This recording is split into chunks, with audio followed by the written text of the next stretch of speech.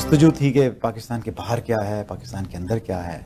پہلے اندر سے شروع کیا اور سوچا کہ ان زمانے میں انجینئرز اور ڈاکٹرز کی بہت زیادہ ڈیمانڈ تھی اور ایک بہت بڑا سمجھا جاتا تھا نام کہ کسی کے آگے انجینئر یا ڈاکٹر کا نام لگا ہوا ہے. تو سوچا کہ engineering is some thing. Overseas پاکستانیوں کے بارے میں ایک تاثر یہ ہوتا ہے کہ ہم اوورسیز پاکستانی جو ہیں شاید ہمیں پاکستان کے بارے میں باہر نکل جانے کے بعد ہمارے پاس زمینی حقائق نہیں ہوتے، ہمیں نہیں معلوم ہوتا کہ پاکستان میں فیکچوئل آن گراؤنڈ کیا ہو رہا ہے. ہم باہر کی دنیا میں ایک ببل میں رہتے ہیں اور اس ببل سے ہماری ایکسپیکٹیشنز بہت ہائی ہو جاتی ہیں. بہت سے لوگ نوکری ڈھونڈتے ہیں تو اللہ نے کرم کیا کہ مجھے نوکری ڈھونڈنے کی ضرورت نہیں پڑی، بلکہ میں نے نوکری بانٹنے کا مشن لیا. اپنا ہاتھ یوں کرنے کے بجائے یوں کرنے کی کوشش کی اور الحمدللہ اللہ نے دیا اور میں نے اپنا ایک انجینئرنگ پلیٹ فارم کھولا.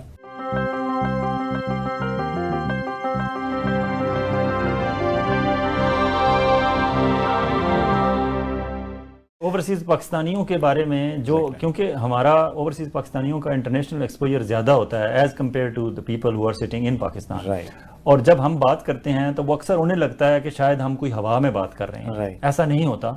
ہم نے یہاں لٹرلی اپنے ہاتھوں سے وہ کام کیے ہوتے ہیں جن کے بارے میں وہ صرف قصے کہانیاں سنتے ہیں. جی آپ بولیں. یہ آپ نے بالکل بجا فرمایا فیاض بھائی.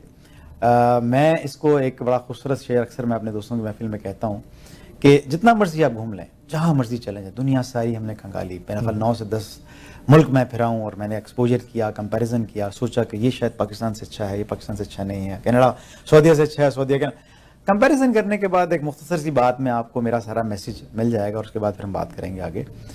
وہ یہ کہ خواب ہو جاؤ گے افسانوں میں ڈھل جاؤ گے، خواب ہو جاؤ گے افسانوں میں ڈھل جاؤ گے، اپنی مٹی پہ ہی چلنے کا سلیقہ سیکھو، سنگ مرمر پہ چلو گے تو پھسل جاؤ گے. تو ہم سنگ مرمر کی تلاش میں دیکھتے ہیں کہ شاید ہم وہاں سے پرواز اپنی لے لیں گے، لیکن جو اپنی مٹی ہے، جو اپنا ملک ہے، جو اپنے لوگ ہیں، ان کی قدر و قیمت اس وقت پتہ چلتی ہے جب آپ کے ساتھ نہیں ہوتے. بالکل صحیح. اور یہ 12واں کھلاڑی والے لوگ جو ہیں، یہ لوگ وہ خالص لوگ ہیں جنہوں نے وہاں اور یہاں کا فرق دیکھ لیا.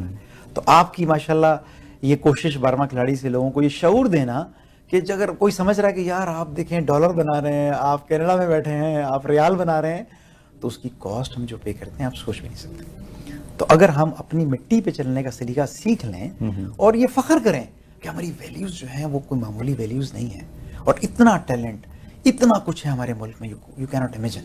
مسنگ کیا ہے؟ پاکستان بہت اچھا کنٹری ہے، بہت ہارڈ ورکنگ لوگ ہیں، بڑا پوٹینشیل ہے پاکستان میں، لیکن we are missing something. کچھ تو ہے کہ ہمیں جو ہے ہم دینے کے بجائے ہمارا ہاتھ ایسے ہے. اور ہمارے حکمران باہر جاتے ہیں تو ان کی ہر وقت نظر قرضے پہ ہوتی ہے، لون پہ ہوتی ہے، IMF اور ورلڈ بینک کی اس پہ ہوتی ہے. کیوں ایسا ہے جب اتنا پوٹینشیل ہے، اتنے ہمارے لوگ ٹیلنٹڈ ہیں؟ ایک رپورٹ آئی تھی جس میں ٹاپ 30 انڈر 30 کی جو لسٹ آئی تھی، اس میں ٹاپ 30 انڈر 30 ایج جو تھے اس میں 9 پاکستانی تھے.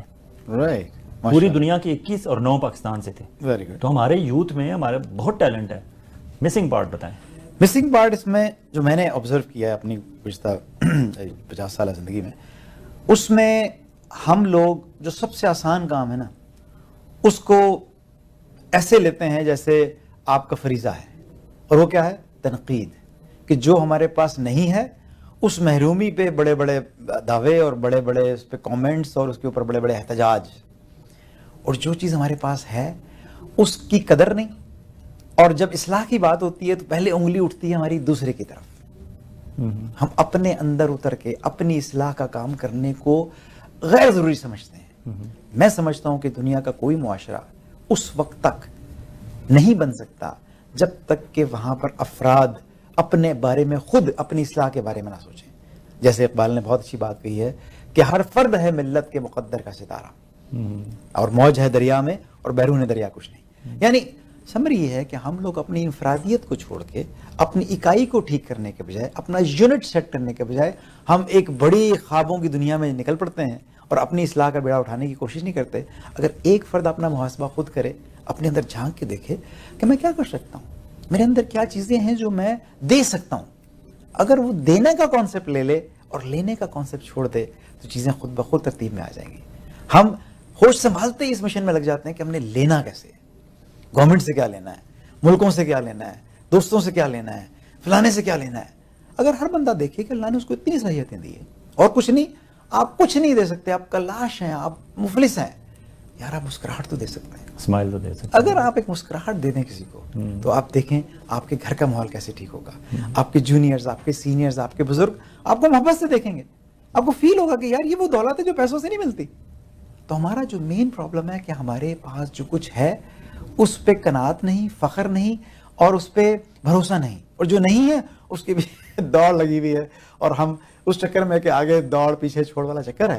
اگر ہم اپنا یونٹ ٹھیک کر لیں اور اپنی اصلاح کا بیڑا خود اٹھا لیں تو میں سمجھتا ہوں کہ ذرا نم ہو تو یہ مٹی بہت زرخیز ہے. امر بالمعروف و نہی عن المنکر کا جو کانسیپٹ ہے وہ لے کے آپ نے چلنا ہے. اگر آپ کے پاس ایک روٹی ہے تو آدھی کسی کو دے دو.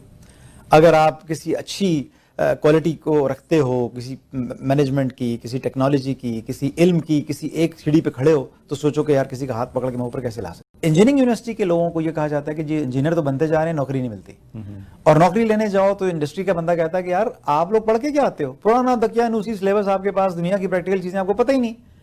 تو اب پریشان ہے کہ کیا کیا جائے. تو ٹیچر کہتا ہے جی ہم کیا کریں, ہمیں تو لمیٹیشن ہے, سلیبس کے اندر رہنا ہے. تو میں نے اس زمانے میں ایک فورم کیا, جنگ فورم کے نام سے. 4 چیزیں میرے پاس اچھی ہیں, میں وہ بانٹوں, آپ کے پاس اچھی ہیں وہ بانٹیں, تب ہمارا ملک, ہمارے لوگ اور ہماری ویلیوز جو ہے نا زندہ ہوں گے.